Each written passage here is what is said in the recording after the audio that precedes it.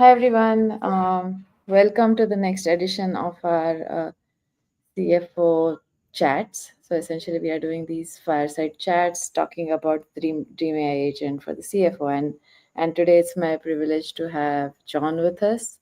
Um, I've been talking to John probably since we started off Hyperboard, so maybe almost like 2 years now. But he's a seasoned finance professional, currently VP of FP&A at Extreme Reach. Um, very, very, very cool stuff is what they build is how I interpret what Extreme Reach does. But in addition to that, uh, been a CEO in his past life, worked at different organizations, scaling the finance function as well. So and definitely gone through digital transformation at multiple places. So someone who has seen non-automation to automation to AI to yes AI or no AI kind of a thing. So welcome, John, and anything that you would want to get started with. Yeah, thanks for having me. The main, this is kind of Dream AI, I think has been my dream my entire career. So it's trying to do finance automation to make it easier. To do this, I started my career at GE doing automation with various tools and things and trying to figure out how we speed things up and get information faster. So it's been over 20 years of trying to do this, and now we finally have the compute power and capabilities to actually make things happen in ways that we couldn't even dream of, I think, in a few years ago. So excited to be here. It's We're no longer like the CFO roles, I think, change too. It's not just accounting anymore. It's more very strategic. You're not just the steward of the financial data. You're trying to go in and be a partner and try to really be run the business, making sure that there's no risk. You're making sure that the business is on track and that it's going in the right direction at all times, and that any Yeah. issues that are popping, that you're able to solve those. So excited to be here again and to really put this together. It's like you said, we've been talking for 2 years on this topic, and we're really seeing it happen now. Yeah, absolutely. Thanks for that. So on the topic of uh, what a CFO does every day or what a finance leader does every day, what do your daily tasks actually look like? Like, what do you do? Just call up people, ask for numbers, or is something else? Yeah, every day can be different, and it depends on the organizations I've been at on what the Hmm. focuses are.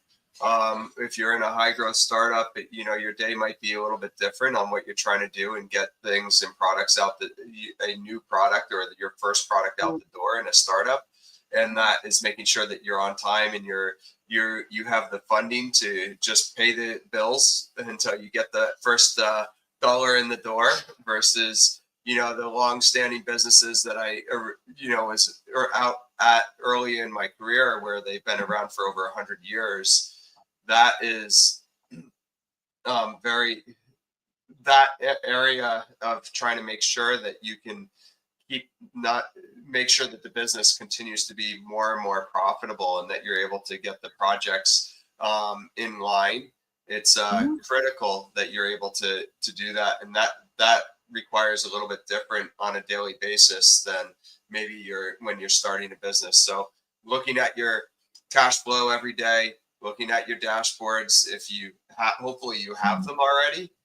Sometimes you have to start creating or look for the data directly in the Yeah. ERPs or things like that. Again, it depends on that maturity of your business. But Mm. every day I come into the start my day wherever it is, and making sure that everything's on track from a metrics, revenue, projects that are going on in the organization, that they're happening and that they're on time, or if there's any issues that we have the right meetings set up for the day too, to make sure that we're solving those issues. Got it. So I think two or three things that I want you to maybe drill down a little bit more into. So let's just take an example of a current organization, right? Multi-country, multi-currency, lot of uh, lot of basically P2P movement, Yeah. lot of vendor movement, all of that, right? And in that case, what does your dashboard actually look like? Like yours or the CFO's dashboard look like?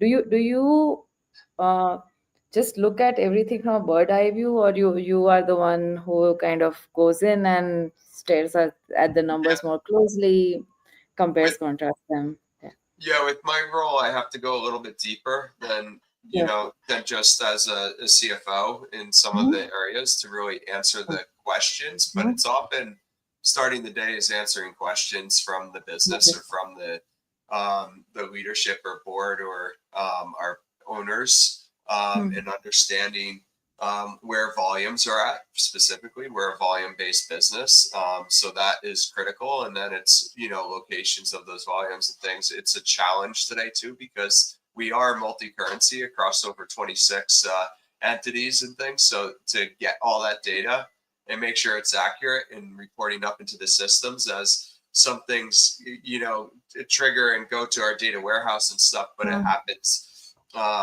we have to wait until it gets to the data warehouse. So sometimes we have to run certain things on our legacy systems, once a day or things like that. But it's critical that we get on top of that and we try to get more regular visibility. So sometimes you have to go a little bit deeper, understand, oh, we missed a day or something happened or a report didn't run. So it gets a little, there's challenges, but every day it's really looking at the volume. Liquidity is a big part of my responsibility too. So understanding the liquidity forecasts and how we go through and any changes that we need to make on a daily basis based on what we're seeing from.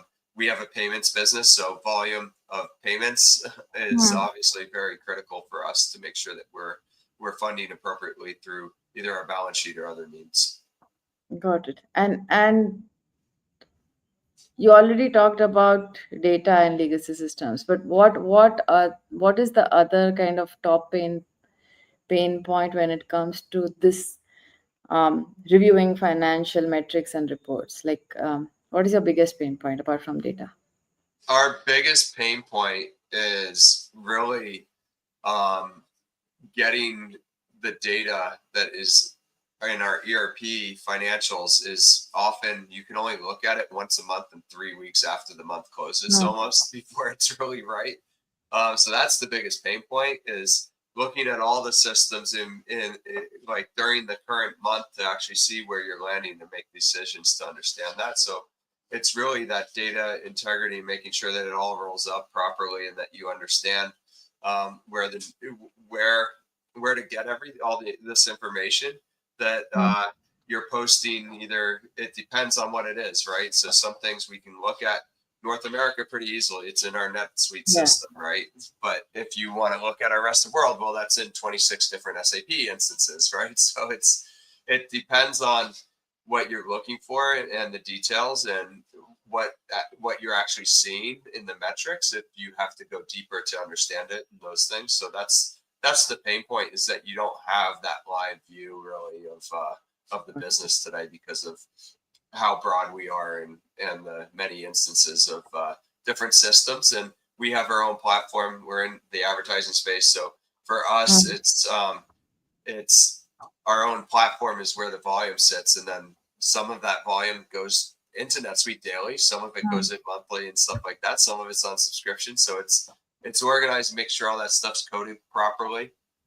So and that there's automations built too, that it doesn't require hundreds of people to go in and actually put the right information together for us, so we can eventually close the books too and see what actually happened. But hopefully we're getting that view in intermonth. Got it. So do you end up kind of downloading multiple reports from different places, then feeding it into a single system, or it's more like there are a bunch of people who do that, and that's their Yeah, daily job? there's multiple people that do it, and there's different purposes of what we're looking at, and it depends if I'm looking for the investors or looking for someone Yeah. within the business, like the sales organization. So in that case, we're gonna it's different types of data. We use some FP&A tools to pull data from all these systems that pulls it together. Got it. So that's how we kind of tackle it today, Hmm. is through lots of different queries and data pulls to really get the information that we need. Got it. And you mentioned essentially stakeholders, right? So everyone looks at different data, same data differently based on the KPI or the stakeholder they are Uh-huh. sharing that with. Yeah, even the same KPI, honestly, between these different stakeholders. Some Mm-hmm. people are very graphical, and some people want it in a grid, and some people like it. It varies on how they consume information. So that's the other challenge, I think, in particularly an FP&A type role too, is making sure that the stakeholders have what they need in the way that they consume it. So, so, So it so can vary. so who actually makes the slides or the Excel sheets? The Excel sheets and spreadsheets and things. Yeah. So we're starting to use some AI tools sometimes. So we're starting to go into use get data, presented in a way from Mm-hmm. some of the tools that are out there now, your common language models and things. But we're also it's generally a manual process of putting together a PowerPoint. There's PowerPoints we're putting together almost on a daily basis, and then Excel spreadsheets when you're looking at the deeper views of things or analysis. We're putting together spreadsheets, probably hundreds of them, my team, on a Wow. weekly basis that go across, the different. It's not just regions and things like that. It's Hmm. each business unit, each product, and then it's how profitable is that? Who actually works on it? And then you get into the people pieces and the initiatives behind there. And are they executing or not executing? And then are there changes that we might need to make because of where the data is actually, or the revenue is landing, or our costs might be behind or ahead based on our initiatives that we're doing from a people standpoint. Got it. So now, fine. There are people who make hundreds of uh, data sheets and Excel sheets. How do you review them? So let's say, do you leave comments on those sheets, or is it all via email, or is it in meetings, or what does that process look like? Yeah, most of our stuff ends up getting sent out through emails unless it's too big. Then it's going through Oh, different drives and things, depending on who it has to go to. Reviewing is a challenge today because there's different ways of looking at it. You mentioned earlier, and we've discussed before, multi-currency and looking at different regions. And do you want to look at yeah. it in a budget currency, constant currency, or do you want to look at things? It depends who it's going to and things. So that's again becomes a challenge to make sure that everything's right because you have different numbers and to track all these Mhm. different spreadsheets. If two spreadsheets are going and they don't match, Hmm. it's a challenge today, and it does happen. It's a manual process to really check all these today, and you can't possibly check every number on every spreadsheet. Yeah. And how complex is compliance in all of this, or it's not a big pain? How? What was that? How complex is like compliance? So yes, there Yeah, are spreadsheets, yes, there are numbers. Let's say they match. There's always an external agency, definitely geo-specific, all of those things. So 26 entities, potentially 26 different agencies. So how complex do internal controls, compliances, then especially yeah. on taxes, audits, all of that? How does that play a role, especially like from your perspective?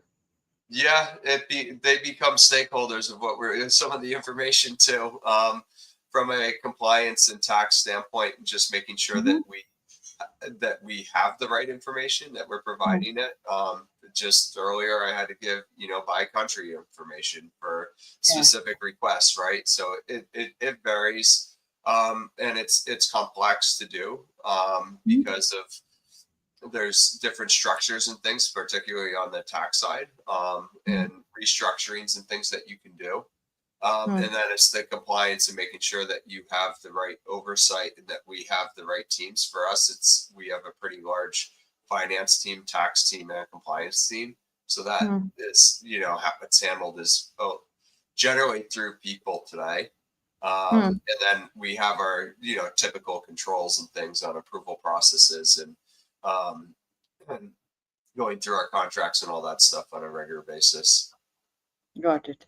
And do you actually get involved in business model discussions with the CEO and things like that, especially like pricing, target market, all of that, Yeah. essentially because you have all the data, right?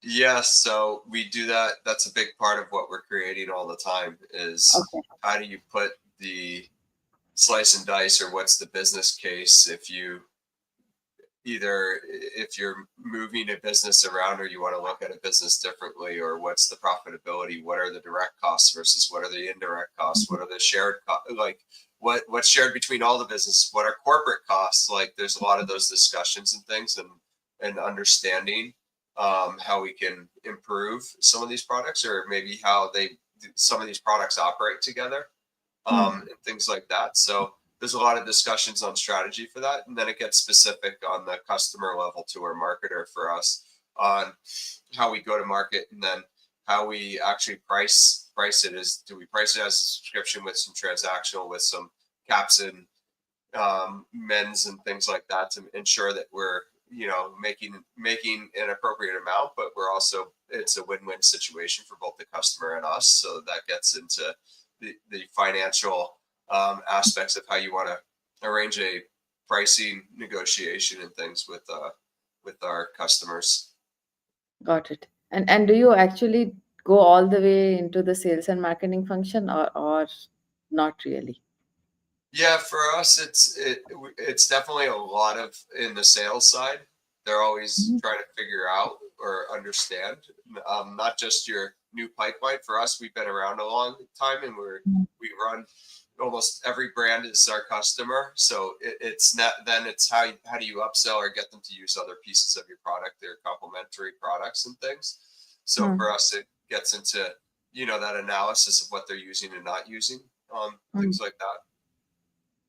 So you rely on product analytics and usage data essentially to even inform back Yeah, into your financials. yeah, and how they used it and what they've done in the past and things. You want the salespeople to have as much information as possible when they're speaking with their clients and stuff too. There's also issues that happen with clients that you want to make sure that you're able to either resolve them or work with the client to actually make it, because it can be on either side that's causing Mm. various issues within the finance organization, from billing to get collecting the cash and all that. Got it. And what um how often do you come across a situation where you are the one making the slide deck, or you are the one making the Excel sheet?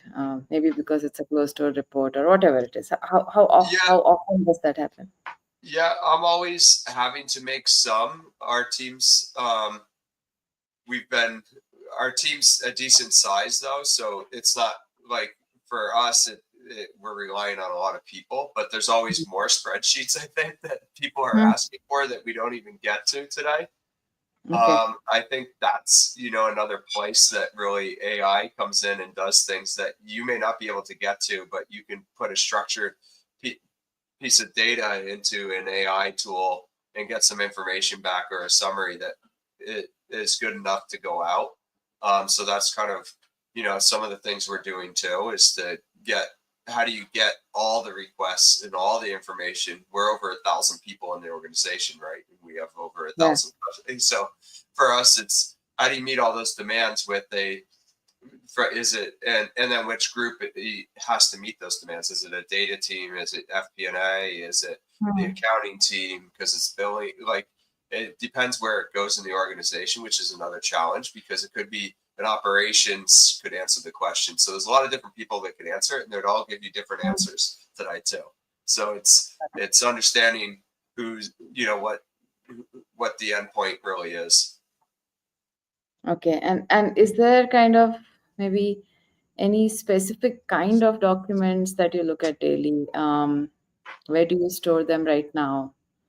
Uh, to, Yeah. So the specific documents, a lot of our stuff is in, again, drives and things. So we have to go to various, either your legacy like drive that's on prem somewhere that you have to VPN into. We still have some of those things. And then And then it's, more of your Microsoft OneDrives or Google Drives and things like that, Yeah. and Box, and there's places like that. So that it's stored in various places. And then sometimes it's just in emails, and then it becomes a challenge, right? On how you actually Yeah. search and find the details and information you need.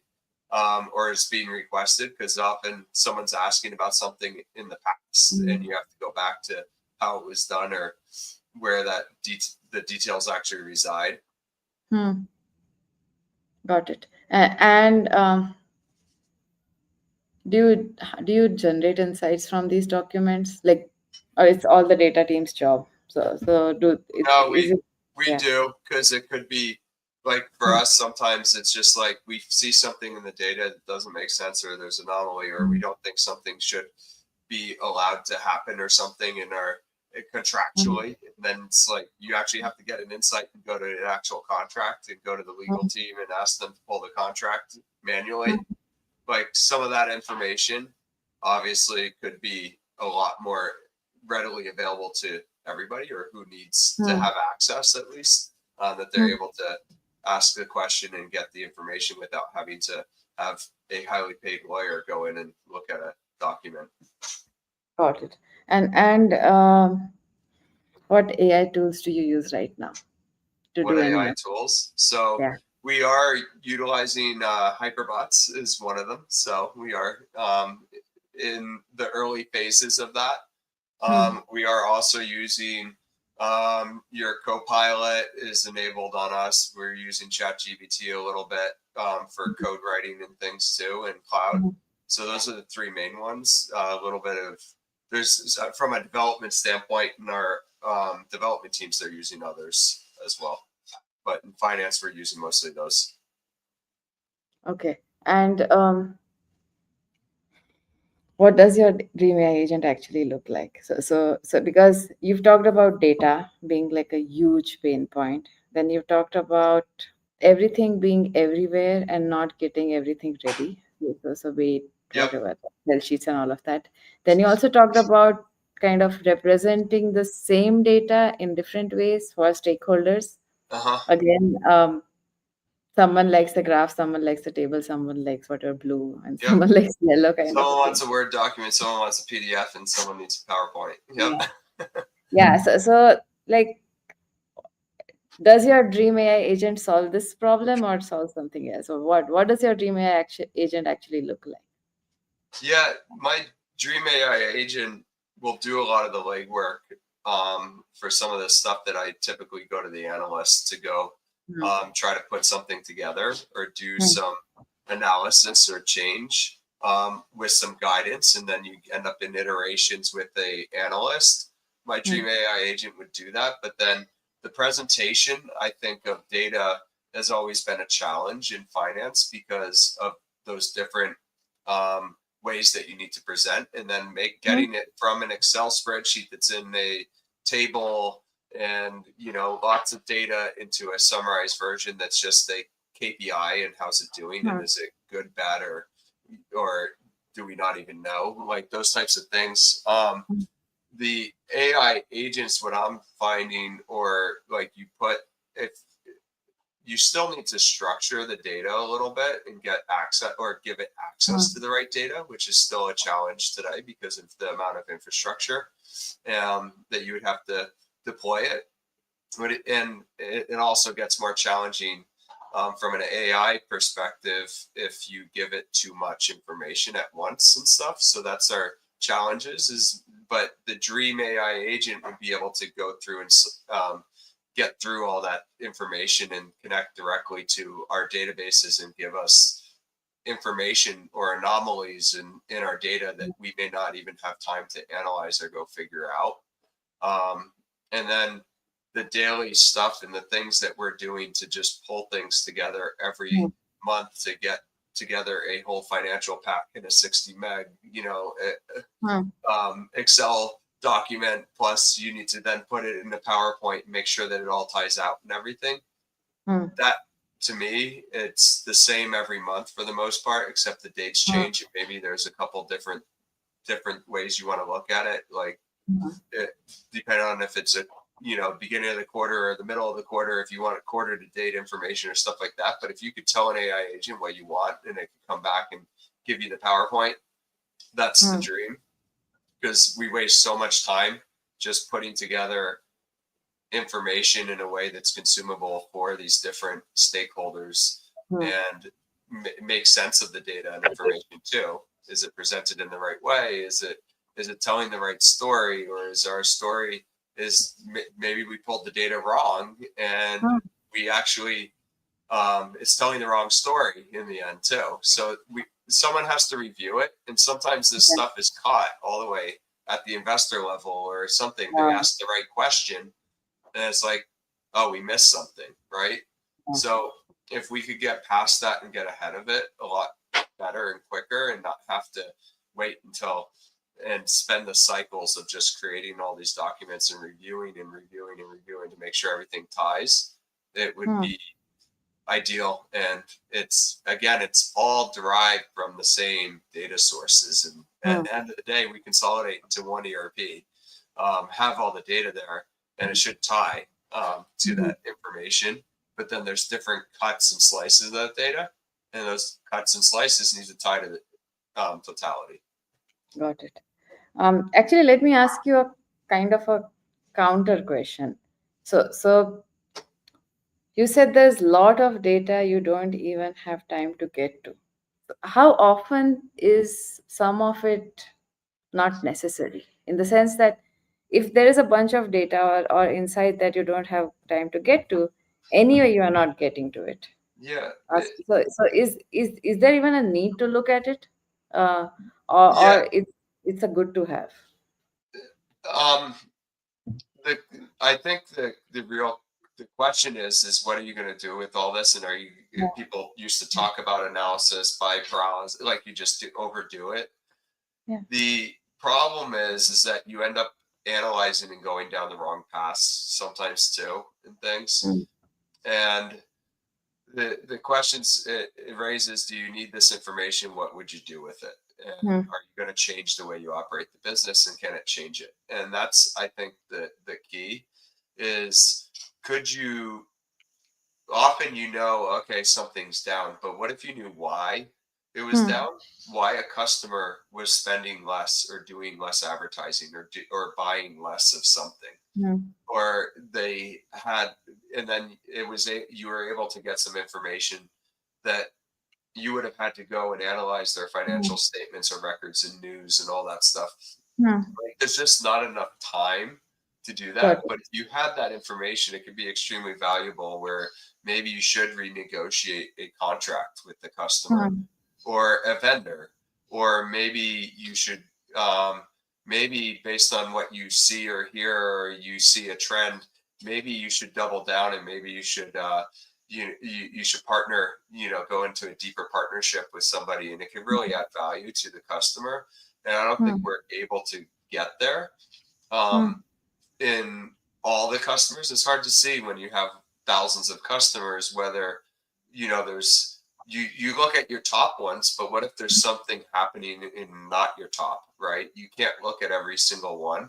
So there's information, I think, that can be elevated that you may not have the KPI on today, or not have, enough resources or analysts to look at. So I think it's valuable, but you need AI at the same time to go through it and parse through it and make sure that you're not getting too much information. Got it. So that's key. If you can change, but it depends on the maturity of your business again too, and what's going on in the marketplace and stuff. But is there information that you could have had or stuff too, as the environments are changing around? Tariffs are the big thing this year, right? Like, is how that affects your business, or might affect your business, or is affecting your competitors, or maybe your customers and things, and how that might, some of the information behind there. In finance, often we're just looking, or in accounting, you're often just looking at your own financials and looking in the past and saying, okay, this customer's down, that's why the revenue's down, but you don't really get into the why. Got it. And I think not having to go through the efforts of pulling data constantly Mm. and going into actually being presented data to us from in the right way and already Mm. parsed through gives us a lot more time to look at the right data points. And maybe we don't, maybe a lot of the noise is taken out by AI as well. So you can actually look at what pops. And then there's certain things that you really have to, look at every day. So I think it's extremely valuable. And we Mhm. waste a lot of time already today looking at a lot of data. So your points, we look at a lot of data that we don't even need to look at today, but it's because that's where we spent our time and we didn't look at where we should have. Got it. So essentially, if you had this Dream AI agent or just technology that could bring all your data together, get rid of what is not necessarily necessary, identify the insights, and then tell you where to look, that's that's your complete picture. And Yeah, the reason for not looking at the data right now is you really don't know where to look, and when you start looking, there's only limited time. So yeah, it's and you might have looked in the wrong place, and then you're into the next monthly close, or you're in the next cycle, or it didn't matter. Maybe it didn't matter anymore, right? You were looking at something that didn't really matter because it was just timing, right? It turned around the next week or whatever. So there's things where, like AI could have told me it was timing, it was going to happen the next week, maybe. Maybe that yeah. was in the system, and we were looking at a variance that really didn't matter. And that's where I think AI could get you to organize and get through the right level of data versus Mhm. having to, because you could put hundreds of people on the amount of data that we have at XR alone, and you're just going to get too much information. So it's what Mhm. information is even important and it has a real correlation to your business and stuff, and that matters and that you should look at, that Mhm. is valuable too. And then it could learn, and you could say, I don't need this anymore. It didn't help me, right? So you'll still Mhm. get that. But today you're telling your analysts that, and they're going to pull the same thing next month, or you might, they just know what they've done in the past. So they don't Got it. know the new stuff or the new trend that is inside your data until someone asks the right question. Got it. Uh, let's say, what happens to security? What happens to privacy? Your AI is listening into everything, blah, blah, Uh-huh. blah. Are you worried about it? What are the guardrails you would need for you to be Yeah. comfortable using the AI? Yeah, that's a good question. Too, because it's obviously privacy's critical, and you don't want all your information out there either on your company or that stuff. So it's critical that you do have the right guardrails around it. You Hmm. also have to be careful on this information on what if AI is actually making a decision, Hmm. um, and can actually do something or post to your ledger or stuff like that, or actually send out a report to the CEO or your board or things like that. It's critical that you put the guardrails and that there's a proper approvals, reviews, things like that around it. Security's got to be top of mind too. That's a concern when we're going to all these tools that are out there on what's actually being trained. And there's been many issues today, even with that you hear about all the time, where there was something available in ChatGPT that got out with some of his posts, right, and things like that. So it is it's critical, and you have to be cognizant of it. And then it's going to get, my view is that it's going to get better, Hmm. but you need to put those guardrails behind which data you put where, if it could be used and things like that, and just make sure that you have that it's a if if it's truly confidential, sensitive information, that it's behind your own in your own model, basically, in your own system. Got it. And maybe, how often in the last few weeks have you come across some task where either when you looked at the task or when after you had spent hours on it, you felt like it should have been done by a AI assistant or a AI based workspace? And what was this Yeah, task? Can you just share some experiences there? yeah, I have those tasks every day.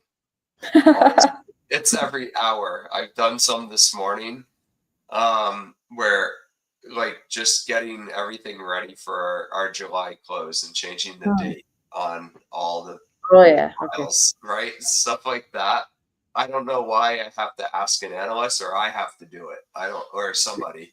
Yeah. Like things like that, just it doesn't make sense. Or putting together a new analysis on headcount or something like that Mhm. that I've done a number of different iterations of over the Yeah. last several months too. But it's, oh, how do we look at it trending for the last 5 years, right? Yeah. Like, I don't think I should have had to, or I might have, maybe I want, it's a specific format. If I Yeah. come up with the format, I would really like AI to fill in the details. Like, Yeah. that's something that would be awesome if we could just, if I want a grid or something that has departments on one side and years on the top and things and does some calculations, but then it has to pull data based on criteria and all that stuff. But today we're writing Excel formulas to do it, or you could, I guess, use Copilot to tell you which formula to use, but it Yeah. doesn't actually put the formulas in necessarily. Some of the tools do, but then it's confidential information to privacy and stuff like that. And often it's faster for me to Yeah. type in formulas because I've been doing in finance for quite a while to type in the formulas, Mhm. copy paste the formulas and do it.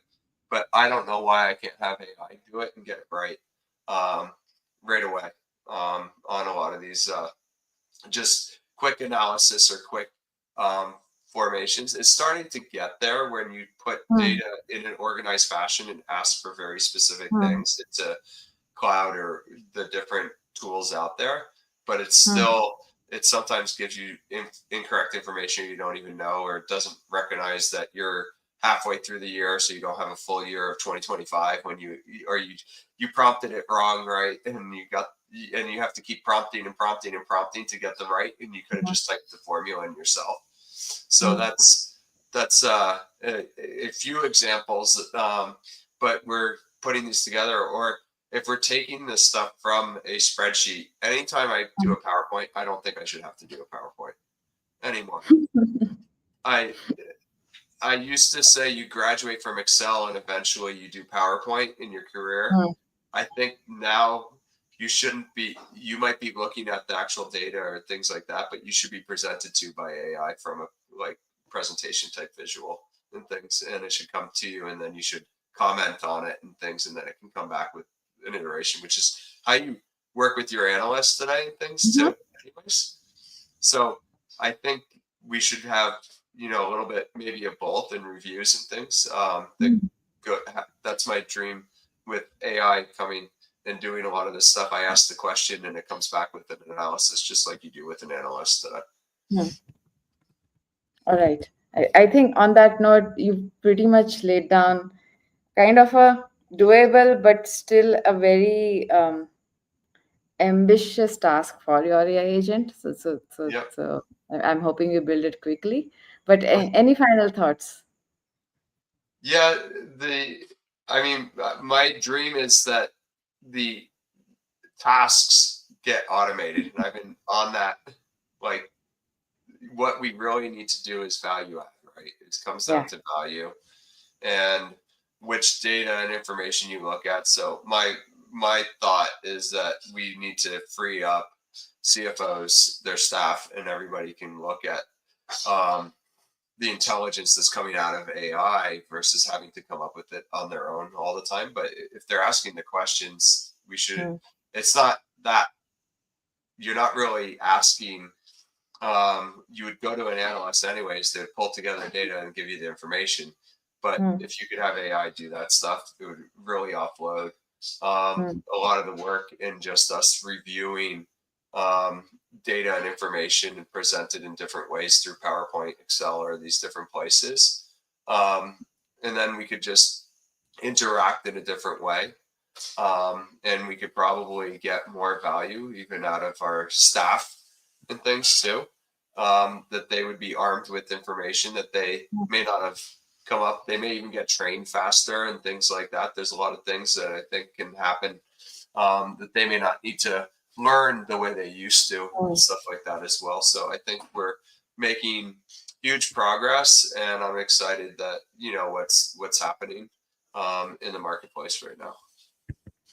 All right. Thank you. I think with that we should just close the session, and then looking forward to more discussions. But thanks for all of that.